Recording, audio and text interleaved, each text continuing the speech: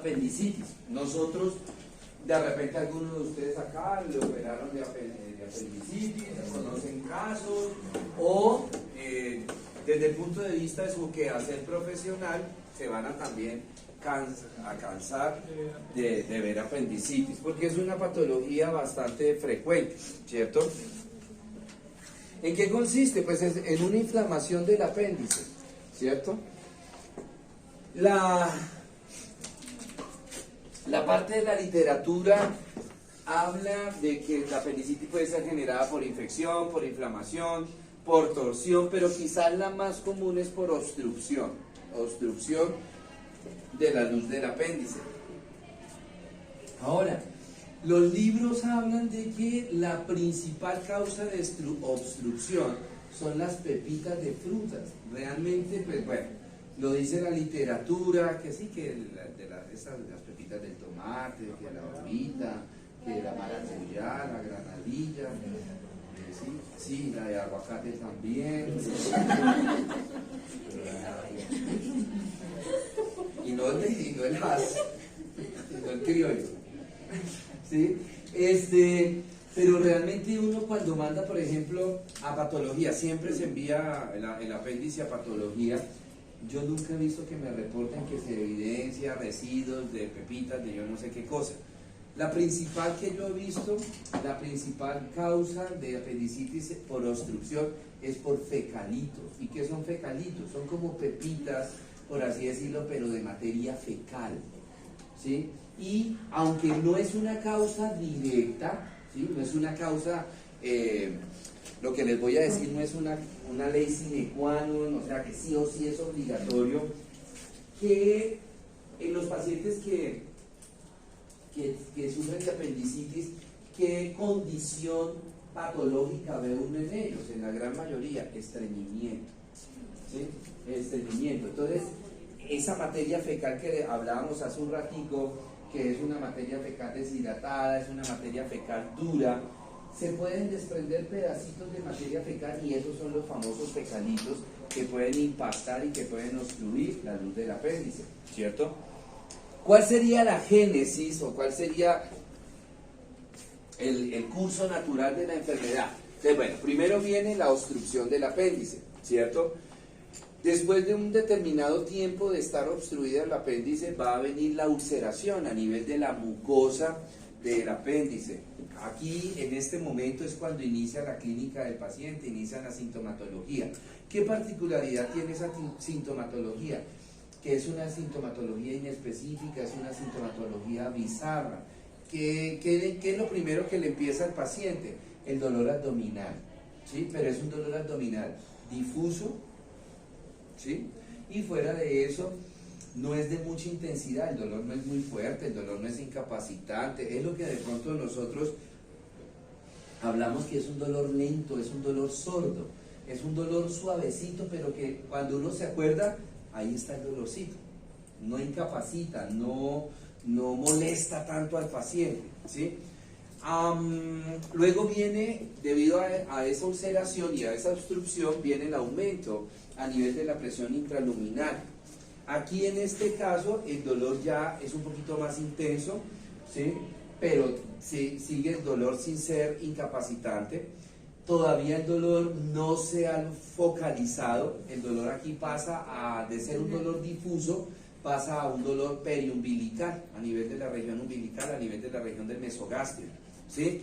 Luego viene la obstrucción venosa y en este momento ya los síntomas se van localizando, ya los síntomas se van haciendo, ese dolor se va haciendo más fuerte, ya es un dolor no tan intenso, pero sí es un dolor fuerte, que ya deja de ser ese dolor lento, ese dolor sordo que yo les decía, ¿sí?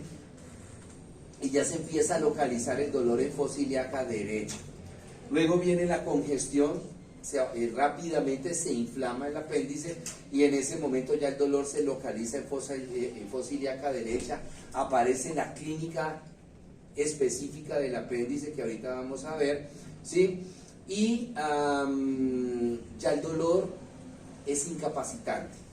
Y finalmente viene la parte de la obstrucción arterial. ahí es donde es el peligro. ¿Por qué? Porque se puede necrosar, ¿sí?, el apéndice, generarme las perforaciones y por ende generarme los cuadros de peritonitis, ¿verdad?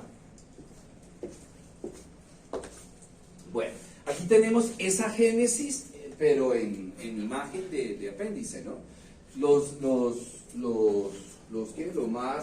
Lo más graves, pues, es cuando ya está bien inflamada y hay zonas de necrosis. Esta ya se necrosó y se perforó, ¿verdad? Y pues obviamente genera la apendicitis, la peritonitis, perdón. Bueno, ¿cuáles son las manifestaciones clínicas? Ya les he comentado algunas, pero lo más específico es el dolor abdominal. Ese dolor abdominal que se encuentra ubicado a nivel de fosa ilíaca derecha, específicamente en un punto que se llama el punto de McBurney. ¿Qué es el punto de McBurney? Es una línea imaginaria que se traza desde el ombligo hasta la espina ilíaca anterosuperior. Y en la mitad de esa línea imaginaria queda el punto de McBurney, que es ahí donde se encuentra el apéndice. Entonces ahí, con base en eso, hace uno unas maniobras. Esas maniobras son específicas para apendicitis, ¿sí?, para el apéndice. ¿Cuáles son esas maniobras? La maniobra de Blomberg, Robson, Soda y obturador. ¿En qué consiste? La maniobra de Blomberg, ¿sí? Perdón. La maniobra de Blomberg es dolor en fosa ilíaca derecha cuando se descomprime. O sea, lo lógico es que si yo tengo, por ejemplo, una inflamación de colon, una gastroenteritis, bueno, lo que sea, me duele más cuando oprimo que cuando suelto. Aquí es lo contrario. ¿Por qué? Porque ya hay irritación peritoneal. Entonces uno presiona fosa ilíaca derecha y suelta rápidamente. Entonces al paciente le duele más cuando se suelta. Entonces eso es un Blomberg positivo. La maniobra de Robson es lo mismo que Blomberg, pero en fosa ilíaca izquierda. Entonces yo comprimo fosa ilíaca izquierda, suelto y al paciente le va a doler fosa ilíaca derecha. ¿Por qué? Porque ya hay irritación peritoneal y es un dolor irradiado. Maniobra de psoas, entonces consiste en hacerle una flexión del muslo sobre el abdomen al paciente. Muslo derecho, entonces uno le dobla la rodilla y trata uno de que la cara anterior del muslo toque la parte de fosa ilíaca. Entonces cuando uno le acerca bastante el muslo, le va a doler al paciente. Y finalmente la maniobra de obturador, aprovechando que tenemos la flexión del muslo del paciente sobre el abdomen, entonces lo que le hago finalmente es una ABD. Le separa uno el muslo en ABD, ¿sí? Está el muslo flexionado, se lo separa y le va a doler al paciente fosa ilíaca derecha. Entonces eso es lo característico en una apendicitis. Digamos que el diagnóstico, la clínica es... bueno, existen unas maniobras que no son científicas, obviamente, no son científicas, pero te ayudan mucho. En el evento que uno tenga como duda de alguna de esas maniobras, que salgan como dudosas las maniobras, entonces para confirmar, hay dos maniobras, vuelvo a reiterar, que no son maniobras científicas como Blomberg, Robson, estas, pero que ayudan al diagnóstico. ¿Cuál es? Primero, le hago puño-percusión en el talón derecho, ¿sí? Entonces, esa percusión asciende y como está el peritoneo inflamado, al paciente le duele fosa ilíaca derecha. Y hay otro que es un poquito más sanguinaria, ¿sí? Si aún así yo soy dudoso de que será, no será apéndice, al que abra y me vaya en blanco, ¿sí? Entonces sencillo, ¿verdad? En cuanto al diagnóstico, entonces el examen de sangre es bastante sugestivo. El paciente va a tener leucocitosis. Recordemos que los leucocitos son un tipo de glóbulo blanco. En estos pacientes va a estar aumentado. Va a haber neutrofilia, o sea que los neutrófilos están aumentados, y algo que aparece en los pacientes con apendicitis es la desviación de ese cuadro hemático, la parte de la serie celular blanca, desviación hacia la izquierda. ¿Qué significa desviación hacia la izquierda? Que aparecen unas células que se llaman callados, ¿sí? Entonces, cuando aparecen eso, es altamente probable que el paciente tiene una apendicitis, ¿cierto? En el evento que se pueda, porque no en todas partes lo hacen, se puede hacer un ultrasonido, una ecografía, y ya con eso me diagnostica inmediatamente si hay una apendicitis, ¿cierto? Aquí pues tenemos una ecografía. Mire el grosor de las paredes, están muy delgaditas las paredes del apéndice, o sea que esto es lo que se llama plastrón apendicular, o sea que este apéndice ya está a punto de ¿qué? De perforarse. Es cirugía de urgencia, ¿no? El tratamiento, como ustedes lo saben, es netamente quirúrgico.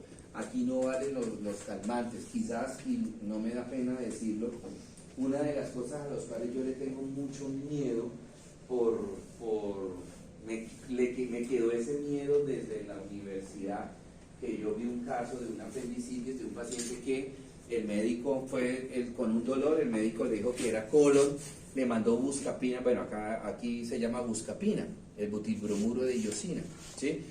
Allá en Argentina el nombre comercial era otro, pero es lo mismo que nosotros acá la buscapina, y el paciente empezó a tomar la dichosa buscapina, y ya no le hacía efecto una pastilla, sino que se tomaba a 2 pastillas, hasta que ya las 2 pastillas no le hicieron efecto, el paciente se fue para urgencias, efectivamente una peritonitis, pero ya estaba súper infectado. Cuando se le abrió la cavidad abdominal, esa pudredumbre fue impresionante.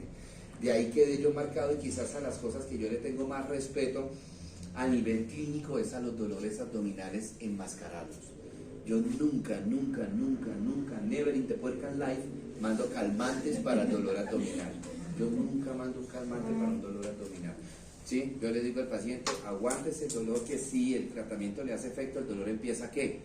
A bajar. Si por el contrario el dolor empieza a subir, vengas inmediatamente por urgencia. No es ideal, de verdad, no es aconsejable. Y el terror, ¿cuál es? Que pues estos calmantes, que el ibuprofeno, que la buscapina, pues son de venta libre, y el paciente se automedica, y llega mucho caso a urgencia de peritonitis por automedicarse los analgésicos, y ya son pacientes que llevan 4 o 5 días con peritonitis, ¿sí? Entonces ahí ya se está poniendo en riesgo la vida del paciente, ¿correcto? Bueno, ¿con qué enfermedades podemos hacer diagnóstico diferencial? Me olvidaba. Bueno, adenitis mesentérica, que la adenitis mesentérica es una inflamación de un ganglio linfático a nivel abdominal, que puede ser un ganglio que esté a nivel de la arteria mesentérica superior o mesentérica inferior. Gastroenteritis, lo que hablábamos hace un ratico, la enfermedad de Hamburger, ¿no? La Escherichia coli, ¿sí? A veces el dolor es muy fuerte, que puede semejar los signos de una apendicitis. La EPI, que es enfermedad pélvica inflamatoria, las niñas que de pronto a veces tienen flujos muy excesivos, muy abundantes, ese flujo la bacteria puede ascender a pelvis y inflamar las trompas, inflamar el ovario, y eso es lo que es la EPI, cuando la paciente tiene inflamación de ovario y tiene la inflamación de la trompa. Las infecciones de vías urinarias, los cálculos a nivel de vía urinaria, el embarazo ectópico y el quiste torcido de ovario. Aquí hay un evento fisiológico en las mujeres, y el embarazo ectópico no es fisiológico, es patológico. ¿Los cólicos? ¿Cómo? Cólicos no. Fisiológico en la mujer, o sea que es normal, pero a veces es tan fuerte que puede semejar. No. ¿Qué viene después de la menstruación? La ovulación. Embarazo no. La ovulación. ¿Cómo? La Ovulación. ovulación.